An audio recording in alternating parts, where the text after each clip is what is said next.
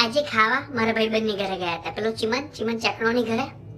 તો ખાવાનું આવ્યું બધું બારે.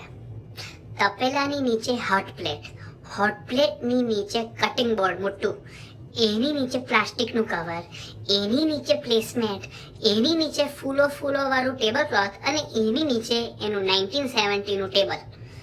અને મને તો બોલવાનું જોઈએ જ. એટલે મેં કીધું, આ હોટ પ્લેટ તો સમજ્યા, પણ આ મોટું કટિંગ બોર્ડ કેમ મૂક્યું છે?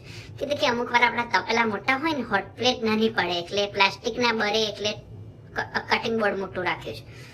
મેં કીધું તો પ્લાસ્ટિક તે કેમ રાખ્યું છે? કીધું કે પ્લાસ્ટિક એટલે રાખ્યું છે એટલે નીચેનું પ્લેસમેટ અને ટેબલ ક્લોથ બગડે નહીં એટલે. મેં કીધું તો પ્લેસમેટ અને ટેબલ ક્લોથ કેમ રાખ્યું છે તે? કીધું કે એટલે નીચેનું ટેબલ બગડે નહીં એટલે. મેં કીધું તારું ટેબલની માટે આટલું બધું વસ્તુ મૂક્યું તે?